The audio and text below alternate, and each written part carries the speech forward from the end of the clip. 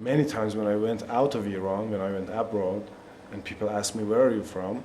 I was socializing with them, then they asked, where are you from? I said, Iran. They said, oh, and they backed off.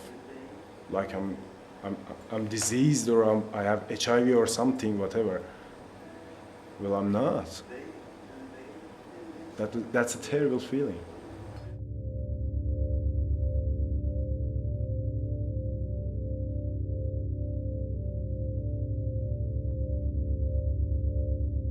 Most of the Iranian diaspora who live in the United States, in England, in Europe, in Australia, Canada, most of them, if you ask them where you are from, they wouldn't tell you that they wouldn't have told you that they are from Iran. They would have said they're Persians. Sometimes you prefer to say I'm Persian because Persian reminds of beautiful things, Persian cat, Persian carpet, but Iranian reminds you of nuclear bomb, reminds you of war, reminds you of a religious regime. But I prefer to say I'm Iranian because I am Iranian. I'm accepting geographical determinism, and this means obligation because of your geography. You know, you are here, so you're obliged to accept this.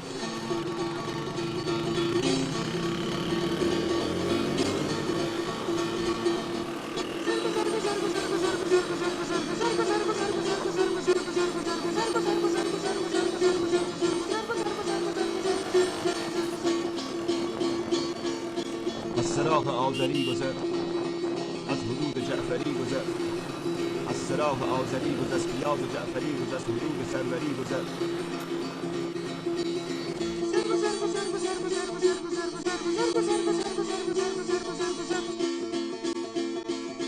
دود سیگار را بگیر به عرش و فرش زیر پای را فروش سر ز همسر گذر، ز مادر گذر، ز مادر گذر.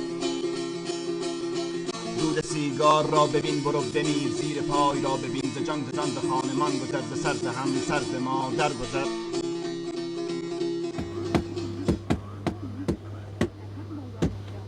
All the thing is controlled, but with anti-filter you have another IP number, IP information, and you can go to internet very safely. In big cities, people use a lot of internet and all modern ways of communication that people in the world use. Although there is internet is filtered, but people break into it and go watch they want, go look, read what they want. I use Tor, Freegate, yourfreedom.net and everything. Even I was reading this article, it is, I read it in a Canadian newspaper, but I really liked it. It was, the title was Tweeting for Freedom. And it was about how this, you know, all virtual world, internet and everything is helping this system, because I think that's the only difference. Even though they shut off text messages, filtered everything, but still people are using it.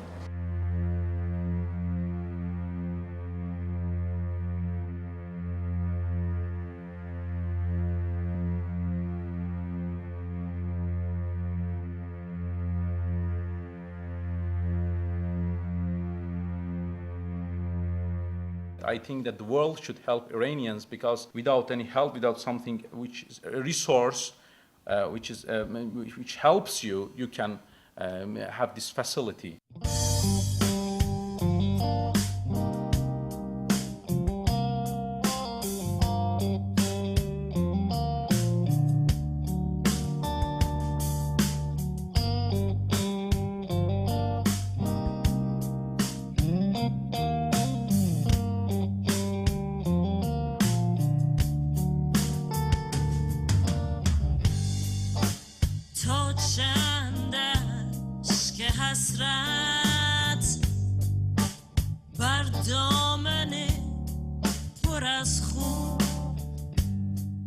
Internet has a very important role, and also satellites that people watch But Iran's governmental TV is very one-sided and a narrow-minded TV, which is a kind of, right now, unfortunately, have turned into a propaganda system.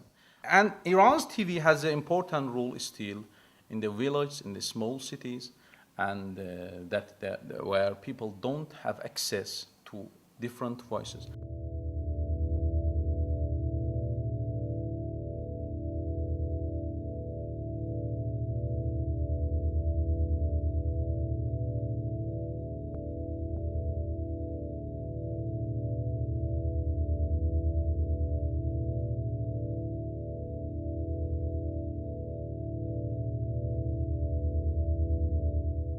And there was this rumor that they are going to come to every house and check for satellite TV. I don't know, you have seen our rooftop, that it's full of these dish. So we were scared for some days that they are going to check every single house and they are going to take out the satellite TVs, but they didn't.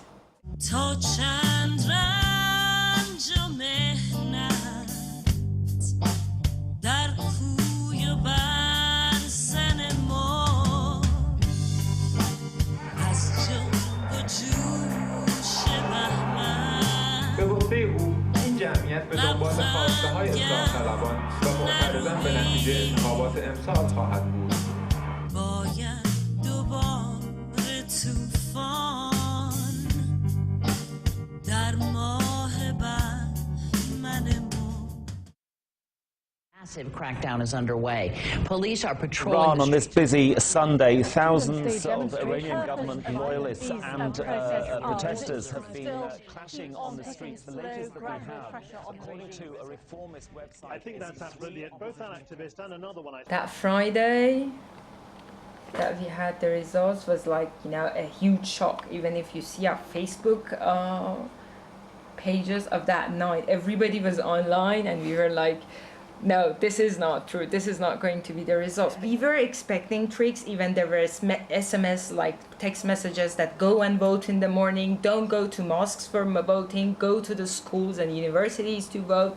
You know, this all means that you're expecting something. And then the SMS was, you know, shut off just the day before. On Thursday, the SMS was shut off. So this means something. You know, you ask yourself, what does that mean? Why should it be turned off? And we heard this rumor that maybe Mousavi is going to be in Vanak Square. Suddenly we saw that we are getting numerous, really numerous, and we blocked all the streets in Vanak Square. You could see any kind of people. You know, there are even religious people among them. You see women with chador inside them, with their green stripe. You could see like men of 50, 60 years old among them. The TV was showing a huge mass. The anti-riot police arrived and they dispersed everybody and Intifada started. And I could not imagine that this is going to be so long as till this day.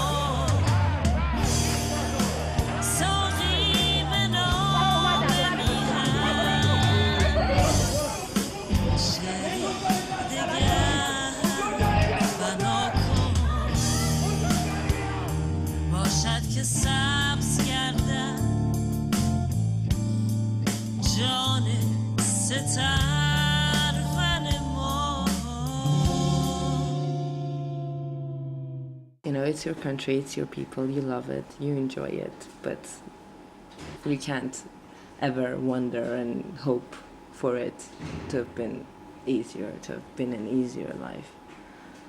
It's difficult. A lot of things and a lot of points. It's difficult. Better to see the freedom in the world abroad, but always better to be in your country, which in the case my country is Iran, to practice even under the pressure, to practice how other nations found freedom.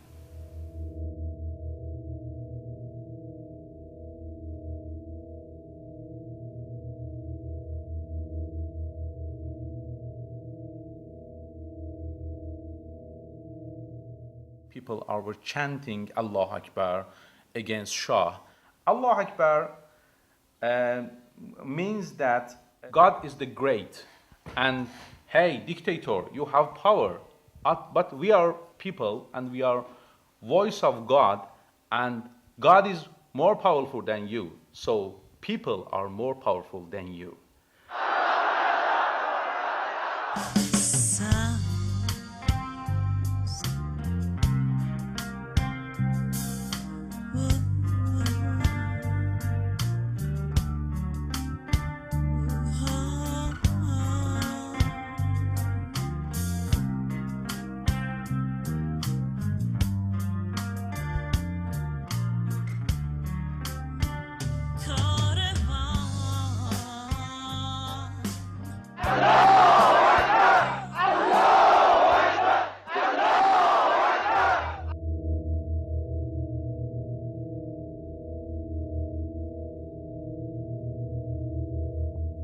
That's a symbol at the moment for people who are in support of green movement. This state is using religion to justify itself. So by saying Allah Akbar, it means that religion is misused by the state. Through using this slogan, you say that you are not against Islam. So reduce the oppression of the government again, because Iran is still a religious country, especially among older people. And we're using the darkness to, that then they cannot recognized by the state, by the officials, to chant against the regime. My friend calling me, and they told me, here it's the voice of the people. They scream Allahu Akbar.